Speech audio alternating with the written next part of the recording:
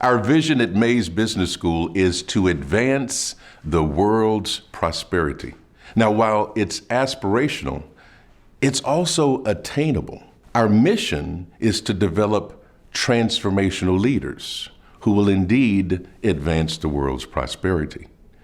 In the Mays Transformational Leaders video series, our goal is to spotlight some folks who are exactly what we describe: transformational leaders, people who are making a significant impact on the local community, the state, the nation, the world. We hope you enjoy it. Howdy, Ags. Today we're in Houston at the home of Aggies Jerry and Kay Cox. Jerry was the chairman and president of Cox and Perkins Exploration, an independent oil and gas exploration and production company. He received his bachelor's degree in finance from A&M, a master's degree in theological studies from Houston Baptist University, and an honorary doctorate of laws from Pepperdine University. And Kay received her master's degree in educational psychology from A&M. It's challenging to briefly summarize the profound impact you've made at A&M.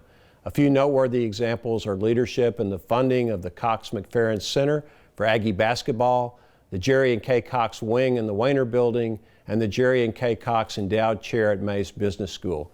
Jerry, you have certainly modeled the Aggie value of selfless service, having served on the board of directors of the Texas A&M Foundation, the 12th Man Foundation, where you were president, and as the chairman of the One Spirit, One Vision campaign.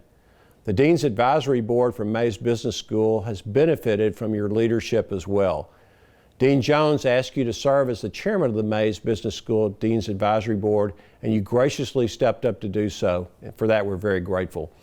You've had an outstanding career with so many honors. In addition to being a distinguished alumnus of Texas A&M and an outstanding alumnus of the Mays Business School, you were inducted into the Core Hall of Honor and received the Aggie 100 Entrepreneur Award. That must make you very proud. Tell us about your early life, where you were born and raised. Kay and I were both born and raised in Baytown, Texas. We grew up not that far apart.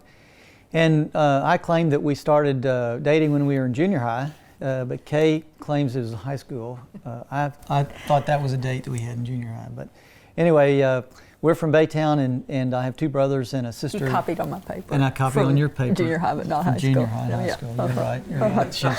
She's the smart one, and I cheat. So that's right. That's right. Kay, what prompted you to do your graduate work at A&M? I know that's an interesting story. Well, okay. I always wanted an Aggie ring, and so that's the reason. That's the reason that I chose to go there. And when I was there, you kind of had to tweak the program to make it work, you know, for what I was looking for, but we put all the parts together and I got that Aggie ring. So, that's fantastic. That was the whole package. And that was at a point in your lives where you hit kind of an inflection point, didn't you, where you both made a decision to go back to school. Jerry, you actually did the same thing, didn't you? I did. When we were 50, we were both empty nesters, and we decided to chart a different course for the rest of our lives. And so we both went back and got graduate degrees, mine in theology and hers in psychology. And that caused us to take a different path for the balance of our life. And give us a brief overview of your career and really how your time at A&M impacted your career. You know, I started right out of A&M with a job in Wall Street in New York. I was very blessed to find an Aggie there who helped me get a job. And we spent a couple of years in New York, and then we came back to Dallas, and I was a portfolio manager. And one of the assets in that portfolio that I was asked to manage were some oil and gas properties. And they were operated by an Aggie class of 44 in Corpus Christi. And after 2-3 years of dealing with him and seeing what he did, I was impressed and quickly recognized that he made a whole lot more money doing what he was doing than I was ever going to make doing what I was doing. And so I went to work for him, and basically worked for free for 3 years if he would allow me to go around his organization and ask why and see what they were doing. So I learned a tremendous amount. And after 3 years, and Kay supported us during that period of time at a law firm. But after 3 years, I started Cox and Perkins Exploration with another guy there that was an engineer, and we'd worked together. And we spent 37 years together doing Cox and Perkins Exploration. That's fabulous. As you well know, both of you, the mission of the Mays Business School is to be a vibrant learning organization that creates impactful knowledge and develops transformational leaders. How do you define leadership, more importantly, this concept of transformational leadership? You know, I doubt if I could be labeled a transformational leader. I'd aspire to be, but I'm not sure I am. But I've been around many that are. And I've had exposure to some great leaders over the years, and sort of have encapsulated a vision that I think best defines a transformational leader. I think there are three qualities that are vitally important. One is committed vision. I think the leader has to see beyond the horizon to envision for his organization, what it can do on a grand, big scale. And I think next, he needs to have unwavering character, integrity. The greatest business plan or the greatest vision in the world that's led by someone who has flaws in their character or integrity will fail every time. And lastly, I think he's got to be a promoter of transparency. I think transparency is critical for him to be transparent with others and for him to create a culture of transparency. So that transparency ultimately morphs into trust. So if you're working for an organization that has that man in place, they understand exactly what the mission of the organization is. They can see that he's transparent and they are entitled to any information that they want. And with his character and his integrity, they're proud to be there. And what happens initially, I think, is that the employees of that organization are transformed because they see the transparency, because they can trust the leader, and because they understand the vision. And I think they're transformed from mere employees into partners in the vision. And when they're transformed, then I think the organization can do amazing things, which they, at that time then, have been transformed to change the world in whatever little spot they've been placed. So, giving those prefaced, what were some of the people who made the most profound impact on you as a leader, or were your mentors? And that's questions for both of you. You know, this concept of mentors is relatively new. You know, when I got out of A&M, I didn't know what a mentor was, and that was not in the vocabulary. So I never really had a mentor of sorts. Today, the kids are told, find you a mentor, latch on, and keep it for life. That was not the protocol back in the days when we graduated. But which is better now. Which is better now, much better. Much better. I wish I had done that. But you know, for me, my father was certainly a great influence. He's a class of '44 and did great things at A&M. Played football and ran track, and that was sort of, he set the tone for me and sort of the culture. But I think the two guys that have had the most influence me in my adult life have been Stephen Covey and C.S. Lewis. Stephen Covey was, or is, a mastermind of organizational platforms and all the axioms and truths that are really, really important in leading. And then C.S. Lewis, of course, brought the spiritual component and the character and the integrity point. And the combination of Stephen Covey and C.S. Lewis have been real important for me.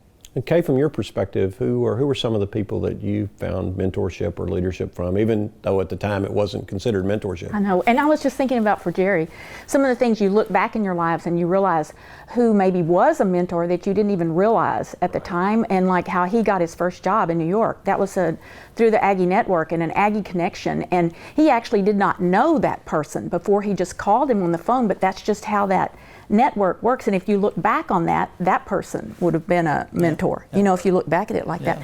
But I would say the mentors for me, my mother was my huge mentor, and a friend of hers, Lois Sneed, was, you know, the people that play different parts in your lives at different times, and you look back and see what an impact they really made. And I think sometimes a backward history is the easiest way to see it, you know? Absolutely. Yeah. So motivation research examines intrinsic and extrinsic motivation, with intrinsic motivation being the behavior that is driven by internal rewards. What is naturally satisfying to you when you think about your life and motivation, and where do you draw your motivation from?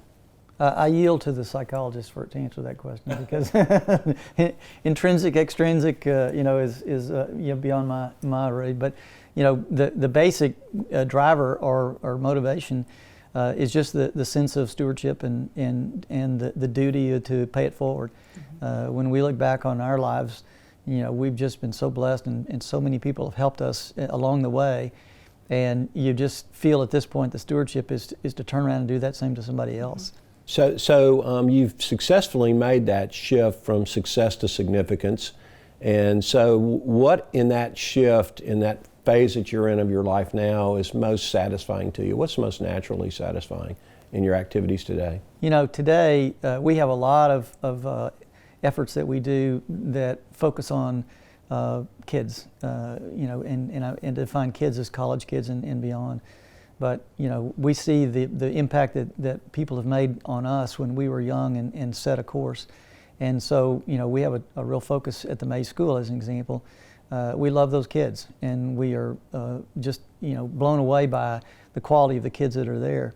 And we want to do everything we can to help those kids start out in a good direction, have all the tools in their tool chest that they need to succeed, and to be able to have motivation that they can do it if they put their mind to it.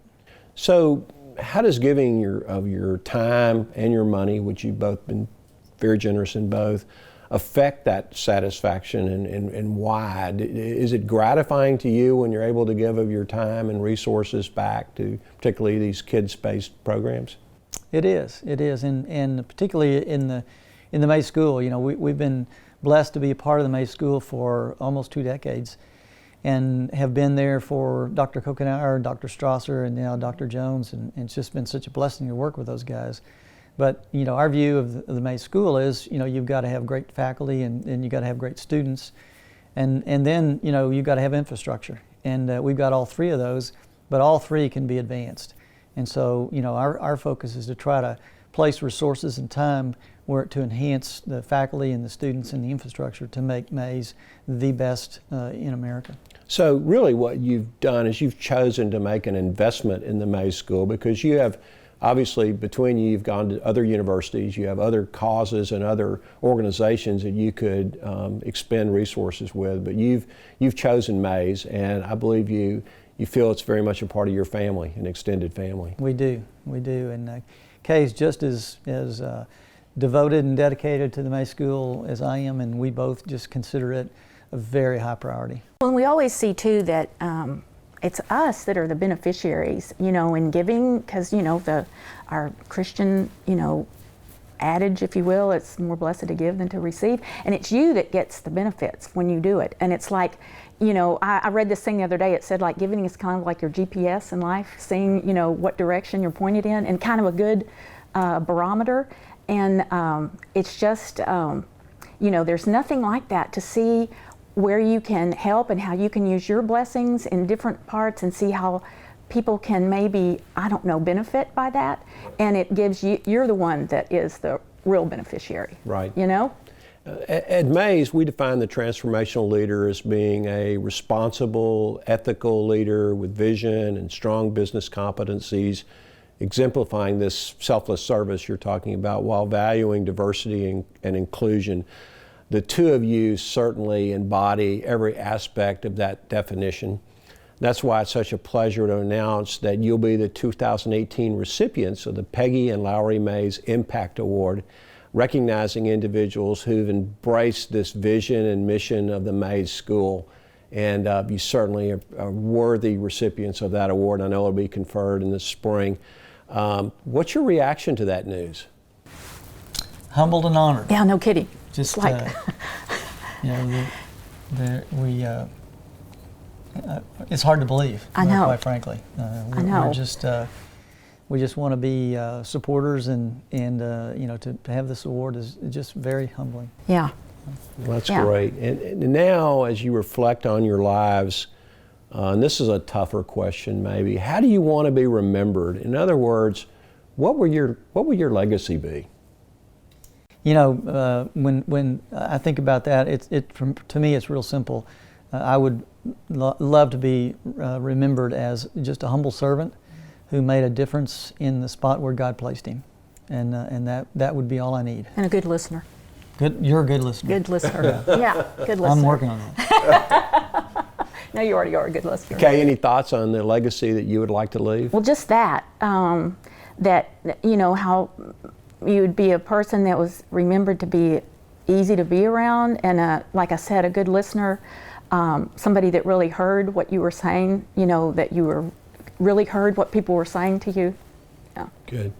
Well, we want to really thank both of you for your warm hospitality, being here in your home with a fireplace in the background. It's just fantastic. And taking time out of your busy schedules to share your story with us. It will motivate generations of Aggies to write their own stories and be inspired to become transformational leaders in their own right.